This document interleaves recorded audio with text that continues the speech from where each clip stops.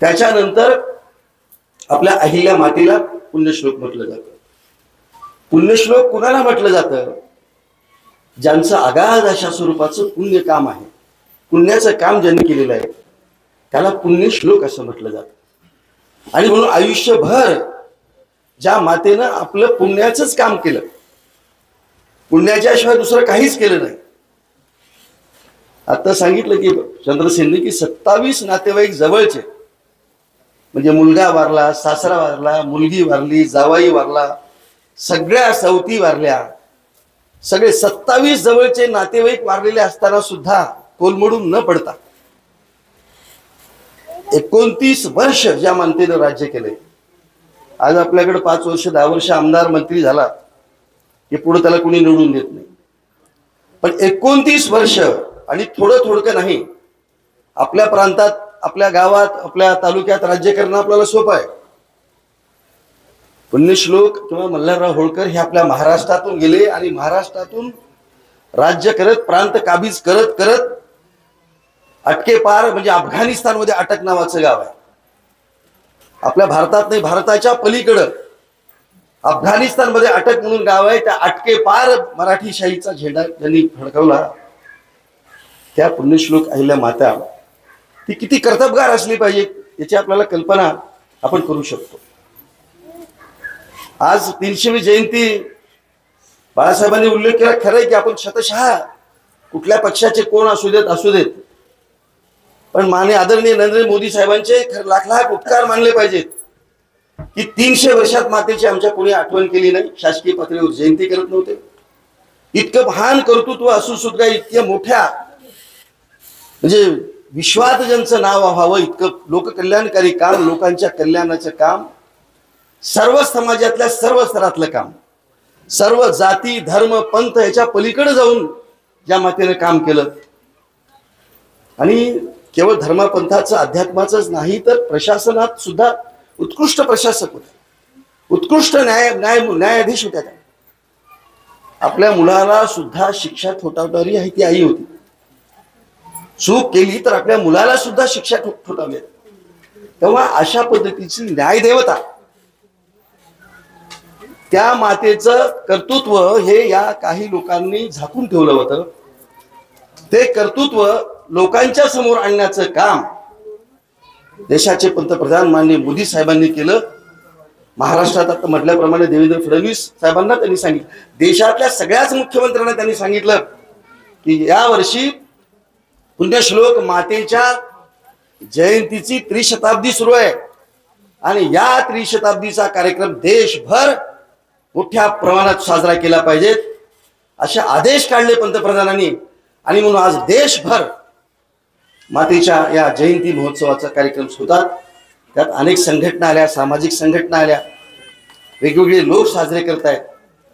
आणि म्हणून मला या त्रिशताब्दी जयंती महोत्सवाच्या निमित्तानं मला तुमचं सगळ्यांचं मनापासून अभिनंदन करायचंय, तुमचं कौतुक करायचं. खरं तर आपण अनेक मोठ्या मोठ्या राष्ट्रीय पुरुषांच्या जयंत्या पुण्यतिथ्या साजऱ्या करत असतो. त्या जयंत्या कशासाठी साजऱ्या करायच्या? केवळ ढोल वाजवणं, डीजे लावणं, नाचणं याच्यासाठी करायच्यात का?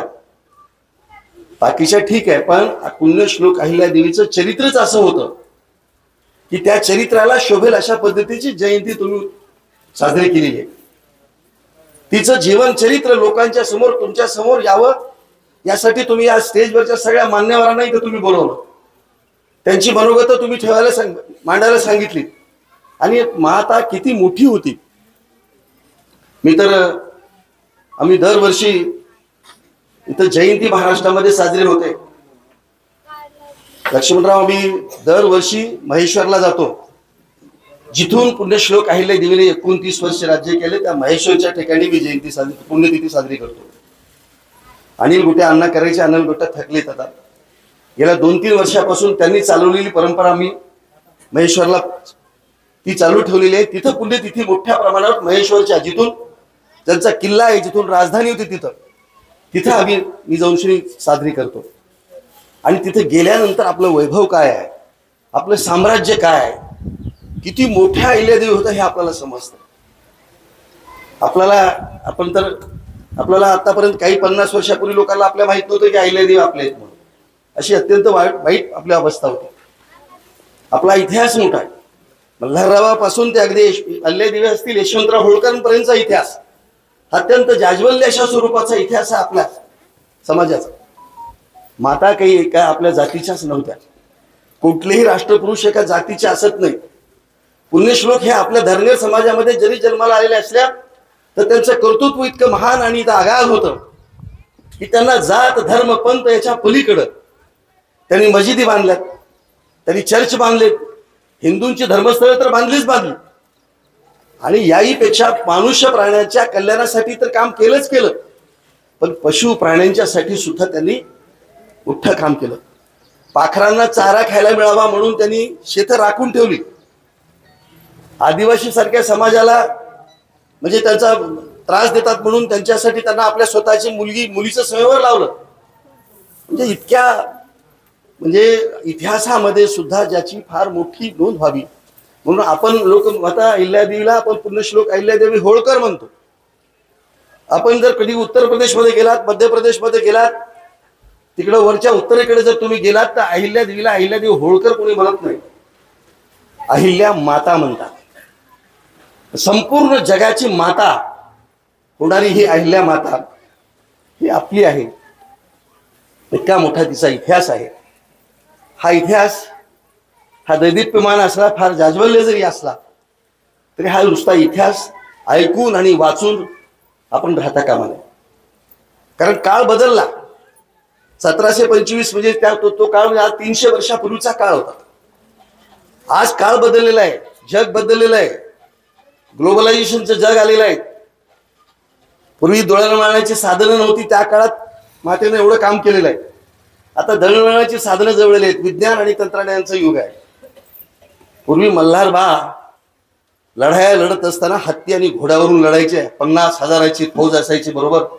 आणि जेव्हा ते लढाईला जेव्हा निघायचे तेव्हा शत्रूला म्हणजे शत्रूचा थरकाप व्हायचा.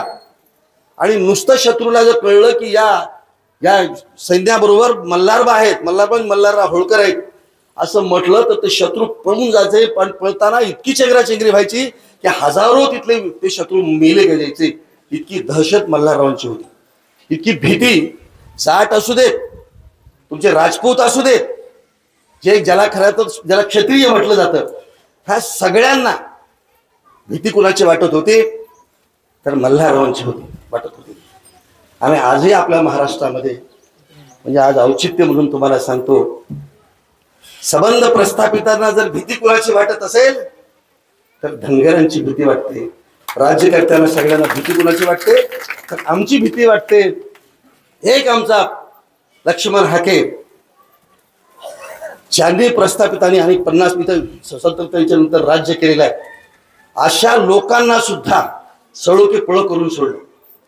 ज्यांनी दिशाभूल करून समाजाची ओबीसी सारख्या समाजाला दुर्लक्षित ठेवलं, उपेक्षित ठेवलं, अनेक ओबीसी मधल्या जाती त्यांनी वंचित ठेवल्या, अशा समाजासाठी एक योद्धा म्हणून पुढे येऊन लढायला सुद्धा एक ताकद आणि हिंमत लागते. आणि ती धनगरामध्येच हिंमत असते. धनगरच हे करू शकतात, हे लक्ष्मण हाकेने आपल्याला सगळ्यांना दाखवले.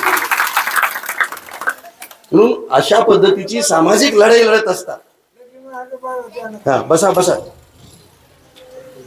अशा पद्धतीची लढाई लढण्यासाठी त्याला वाघाचं काळीज लागतं. आणि कुठल्याही समाज व्यवस्थेच्या अन्यायाच्या विरुद्ध लढण्यासाठी ती ताकद लागते वाघाची. आणि ती ताकद फक्त आमच्यामध्ये आहे. याचं भान तुम्हाला या कुठल्या निमित्तानं, या जयंतीच्या निमित्तानं तुमच्यामध्ये सुद्धा यावं. आज म्हणून लक्ष्मण हाके इथं आलेत. 500 किलोमीटरचा प्रवास करून तुमच्या इथं आलेत तर काय नुसतं तुम्हाला भाषण द्यायला आलेलं नाही. तुम्ही प्रेरणा घ्या, तुम्ही प्रेरणा बघा. एक माणूस एकाएकी संबंध महाराष्ट्रामध्ये एखाद्या प्रस्थापितांच्या विरुद्ध लढतो आणि न घाबरता लढतो. त्याच्या धाडसाचं तुम्हाला कौतुक वाटायला पाहिजे, कौतुक करायला पाहिजे. आणि त्यांच्या आपण सगळेजण पाठीशी उभं राहिले पाहिजे. आणि म्हणून मी तुम्हाला एवढीच विनंती करायला आलो. मला बाळासाहेबांनी सांगितलं की खरं आहे की काळ बदललाय. मल्हारराव होळकर लढाया लढून जिंकले. आता लढाया लढून जिंकायचे. आता आपल्याला तलवारीच्या किंवा भाल्याच्या बंदुकीच्या आता बंदुकी सुद्धा राहिलेली नाही. आता अणुबॉम्बचं जग आलेलं आहे. बसू दे त्याला बसू दे. बस उठ उठ चला चला. गप बसणार का तुम्ही? तर आता लढाई आपल्याला आहे विज्ञानाची आणि वेगळ्या ज्ञानाची लढाई लढायची आपल्याला. आता तलवारीची आणि भाल्याची लढाई राहिलेली नाही. आता ज्ञानाची लढाई लढायची आहे आणि ज्ञानाच्या लढाईची तुम्हाला बाळासाहेबांनी सांगितल्याप्रमाणे शिकल्या पाहिजे.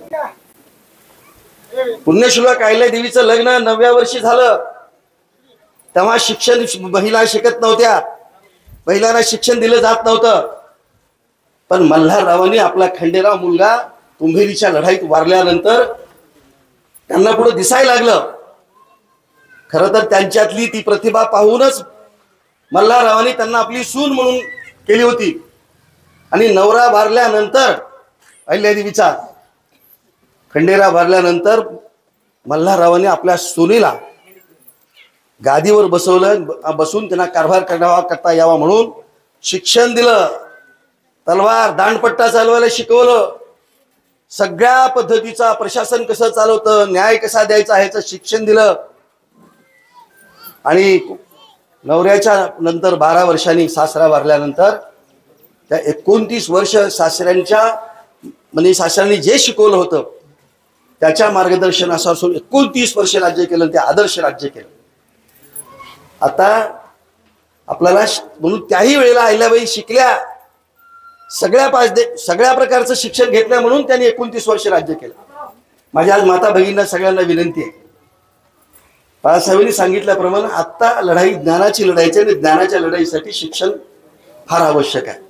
उत्कृष्ट शिक्षण शिका, चांगलं शिक्षण शिका. सांगितलं ना, हे पोलीस, कॉन्स्टेबल, कंडक्टर, ड्रायव्हर, मास्तर, शिक्षक याच्या पलीकडं आपल्याला जाण्याची आवश्यकता आहे. जग फार पुढे चाललेलं आहे आणि म्हणून उत्कृष्ट शिक्षण, चांगलं शिक्षण घेतलात तर आपल्या इथं IPS होतील, IAS होतील, आपल्या मुली IAS होतील, कलेक्टर होतील, DSP होतील, SP होतील.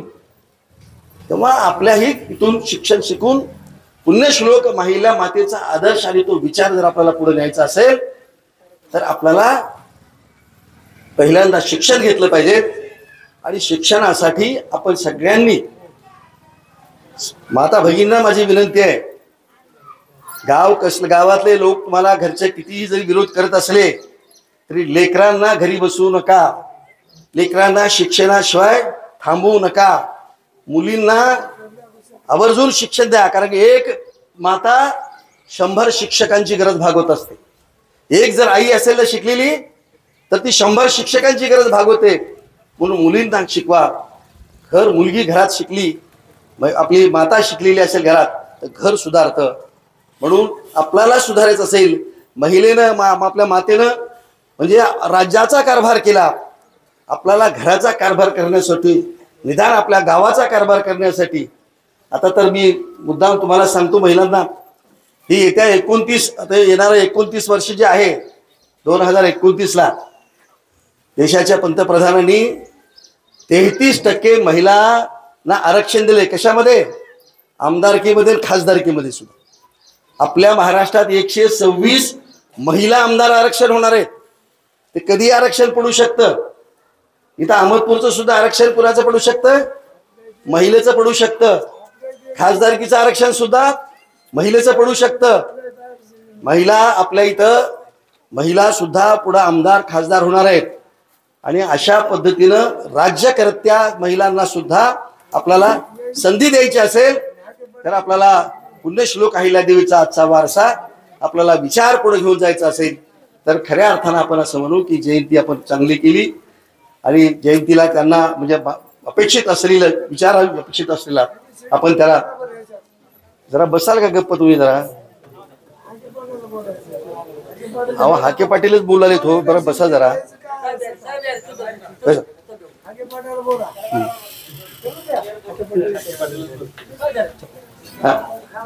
तेव्हा माझी आपल्याला सगळ्याला विनंती आहे, अरे सकाराम सकाराम सकाराम सकाराम